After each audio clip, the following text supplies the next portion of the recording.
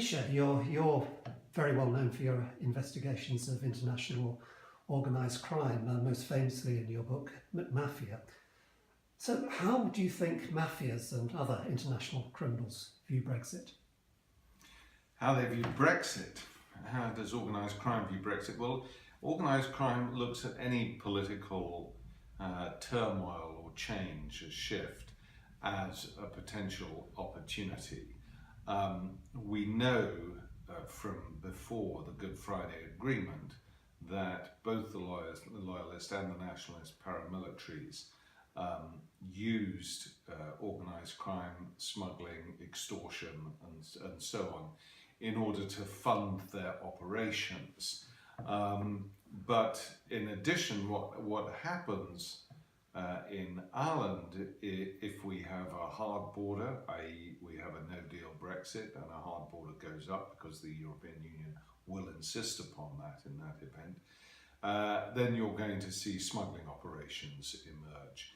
The real problem in Ireland is as much political as it is criminal as well, because the nationalists will see the erection of a hard border as essentially a violation of the Good Friday Agreement and an end to the Good Friday Agreement. So what you're going to see there is you're going to see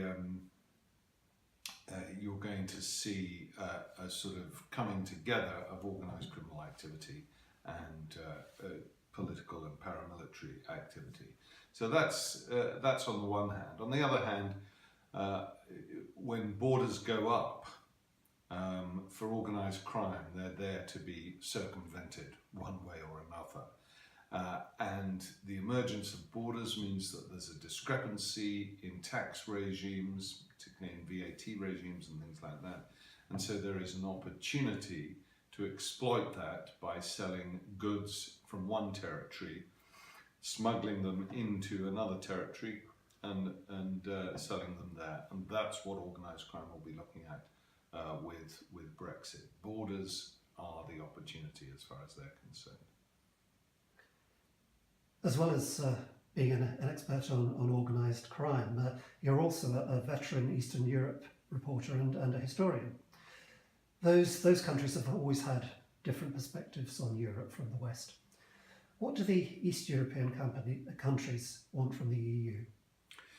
Well, some of the East European countries have already got a great deal from the EU, both in terms of the stabilisation funds which accompanied their membership. There's been a significant transfer of wealth from Western Europe to Eastern Europe, but this has been to Western Europe's advantage as well, because there's also been a shift of industrial production from Western Europe to Eastern Europe, so manufacturing costs have gone down.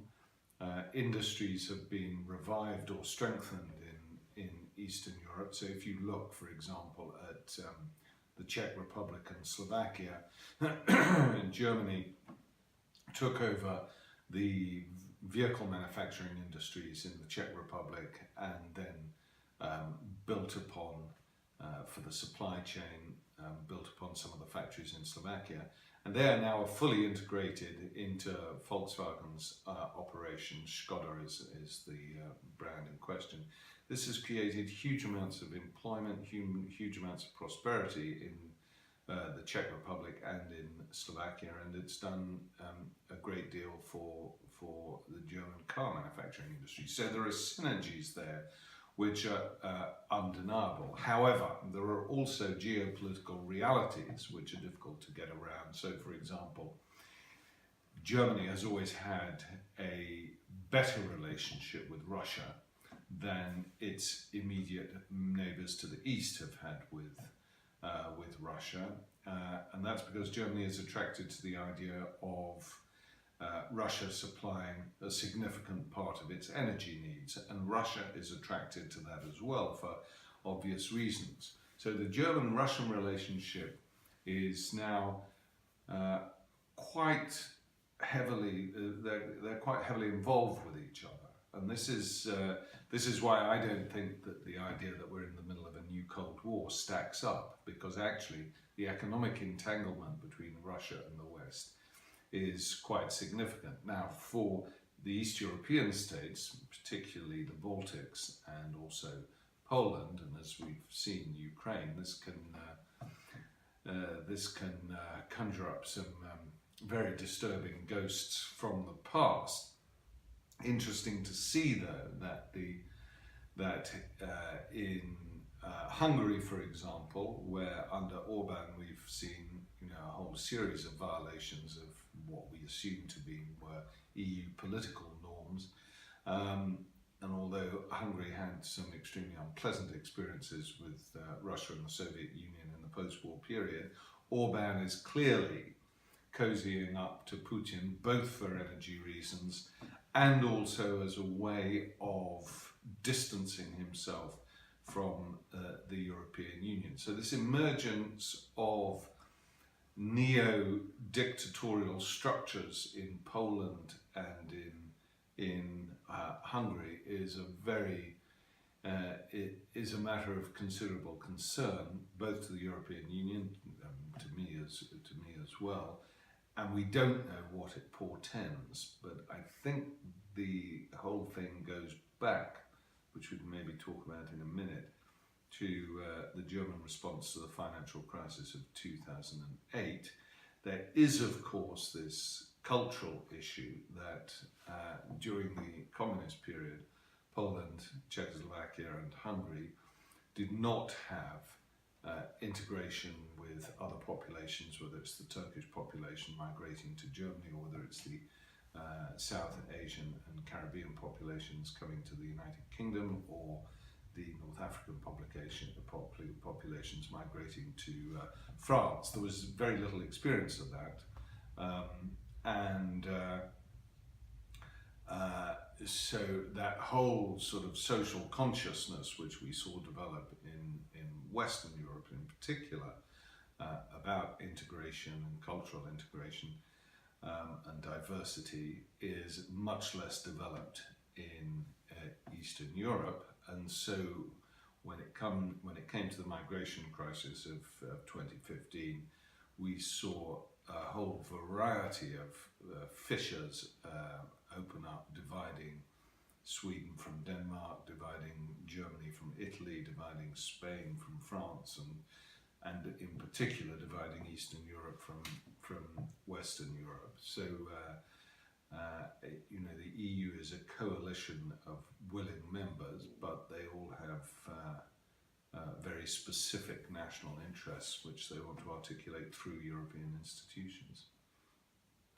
Yes, and we also see right-wing nationalism gaining strength in a number of European countries, West and East. To what extent are those part of a single movement, and on the other hand, what divides them? Well, I don't think they are a part of a single movement per se, because although you see the same phenomenon repeated in many countries, not just in Europe but around the world, and that it's particularly easy to monitor because of the polarization produced by social media that is then to some extent reflected in electoral politics as well. They are nonetheless always culturally specific. So Brexit is something which is of no intrinsic interest to American voters, for example. The divisions between left and right that have become so apparent in Brazil in the past year or so, and particularly during the election and the first round. We haven't had the second round yet, but Bolsonaro won over 46%. Trump is a disorganized, bankrupt opportunist, but Bolsonaro is the real thing. He's a real fascist, and so. There are echoes of what happened in the United States, but American voters have no idea what's going on in Brazil, and Brazilian voters have no idea what's going on with Brexit and the rise of AfD, the alternative for Germany. has very specific resonances in Germany, both in terms of Nazism, but also in terms of divisions, still existing divisions between East Germany and West Germany. So there, obviously, Bannon in particular has made an attempt to unify these movements, the Lega Nord in Italy, Five Stars, Sweden Democrats, AfD, Brexit and so on. And there is a kind of slightly distasteful right-wing international that you can see emerging. The only thing that seems to cohere them is an affection for Vladimir Putin, which is interesting. But I think the very nature of populist nationalism actually makes cooperation across national borders very difficult. And we've already seen that the Italians and the Germans have very different concepts of what their movements should be. So Bannon, Steve Bannon, is going to have, I think, an uphill struggle uniting them all.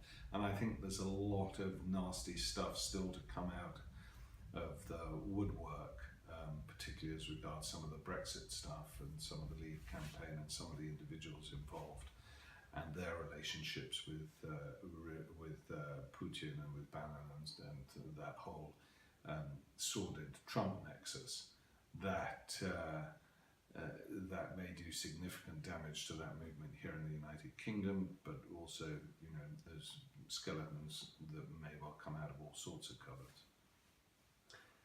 So, where are we heading? When you think about Europe in 5 to 10 years' time, what do you see?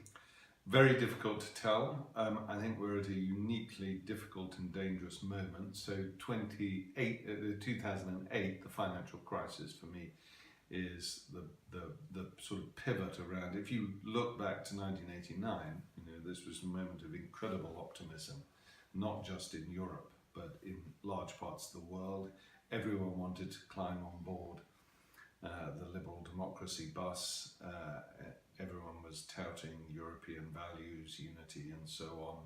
The Cold War had been won. Social market strategies were very popular, not just in Europe, but elsewhere. And a great deal of complacency set in some sense typified by Francis. The title of Francis Fukuyama's book, The End of History, is not quite what he was arguing in that book, but that sort of summed it up. And then 20 years later on, we have Trump, we have Brexit, we have a crypto-fascist party in a large caucus in the German parliament. We have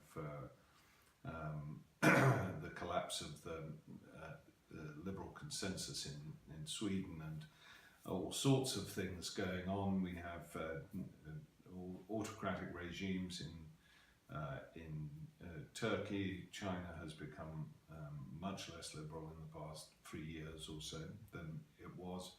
So there's clearly a retrenchment going on here, and there's not a huge amount of pushback. Now, I put this down to 2008 primarily, not exclusively. How did we get to 2008?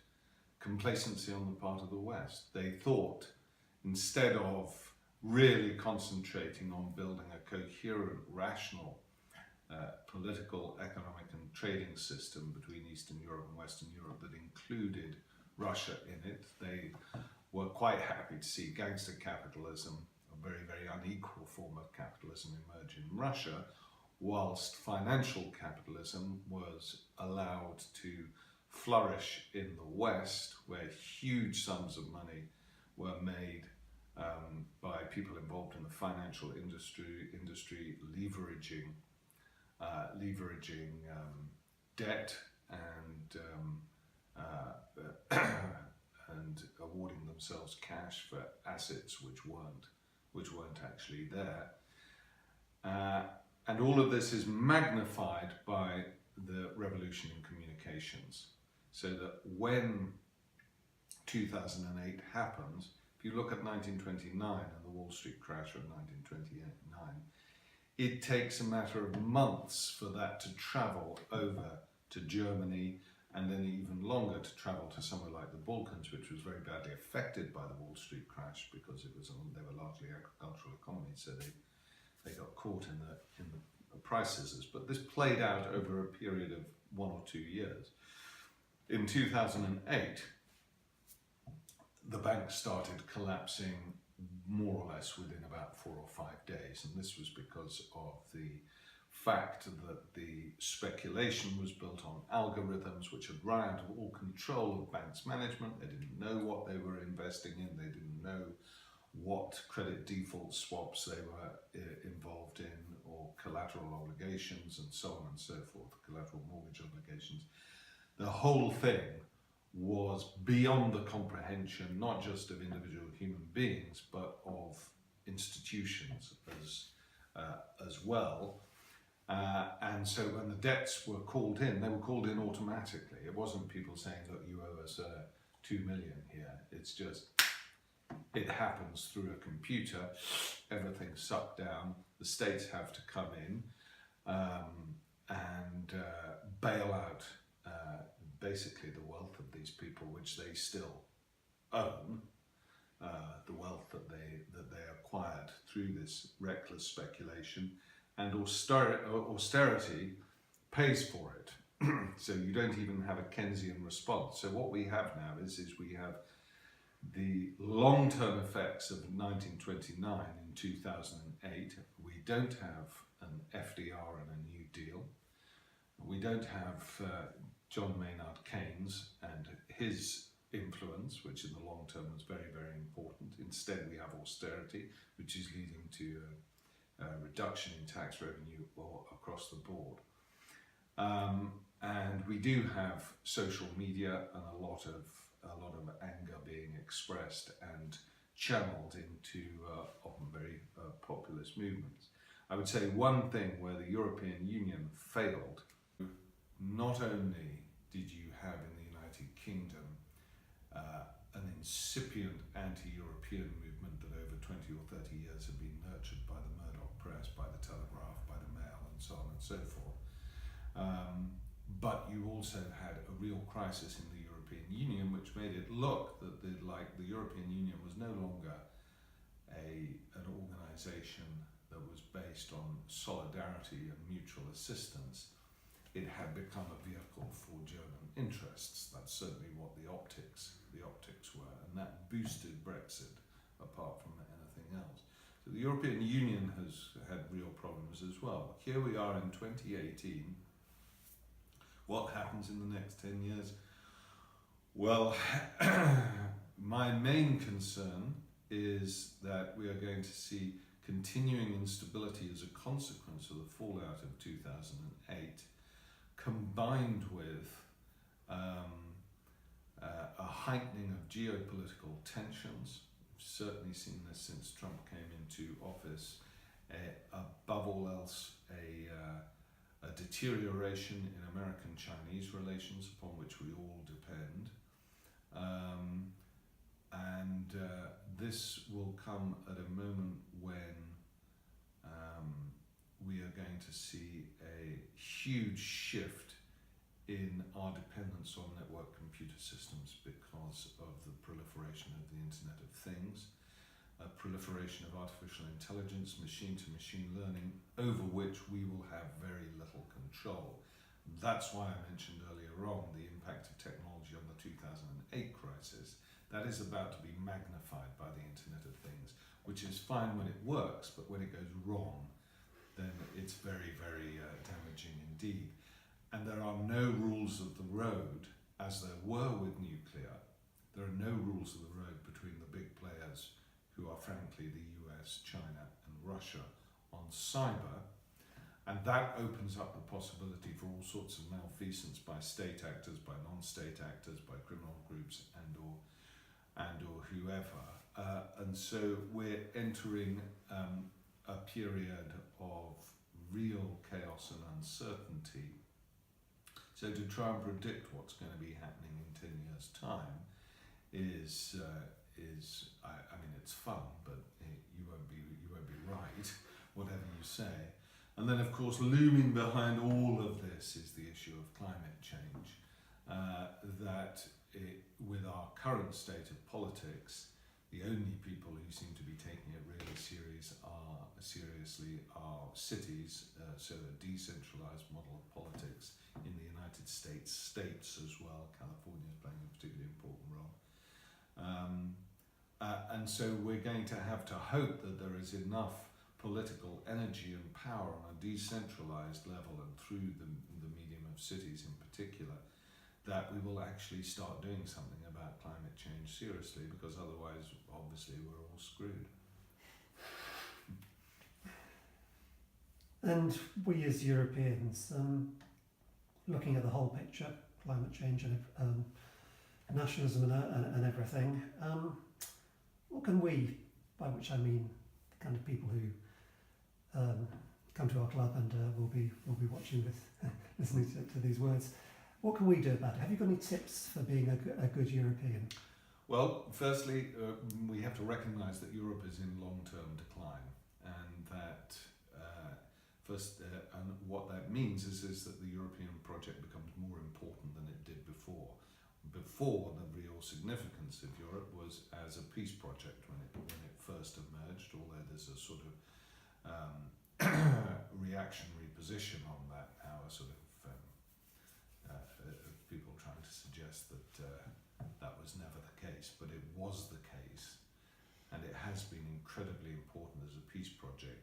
Now it is a question of a survival project and a weathering the storm as China and the United States face up to each other. So we need to strengthen the European project. That's, I think, a message that all of us need to take on board. But there are also other vehicles. One of the reasons why McMafia as a TV series has been so successful is it's plugged into a lot of anger about inequality in the world. So what I believe is driving everything is wealth inequality. And what you're seeing is you are seeing an interesting coalition of constituencies, including law enforcement, including law firms, including NGOs, including judiciaries, who take very seriously the malfeasance perpetrated by the sort of global oligarchic class, the 1%. So we have South Korean presidents in jail now. We have Jacob Zuma facing multiple investigations. We have the former Prime Minister of Malaysia under very serious investigation for grand larceny and corruption. We have in Brazil, although it's contentious, I still think it's very important, the investigation, the car wash investigation into what is the largest money laundering and corruption scandal in history anywhere. And there's a lot of effort going into finding out what the links between Russia and Trump are, what else Trump has been up to, and so on and so forth. So there is a broad movement which is saying we have had enough of political corruption, criminality, invading our political space, as it has now done in the highest office in the world, the most powerful in the world, the President of the United States of America. And we're going to do something about it. So one of the things that I'm very pleased about with McMafia is that it contributed to an atmosphere which enabled the unexplained wealth orders to go through. Margaret Hodge and Andrew Mitchell in this country were able to push through an amendment to a bill to ensure that tax havens like the British Virgin Islands and the Cayman Islands have to create a transparent register of companies which hitherto have been anonymous. This will come into force in 2021. And so you are seeing things that are pushing back against the way that the 1% has been, chugging down global resources for the past 25 years or so,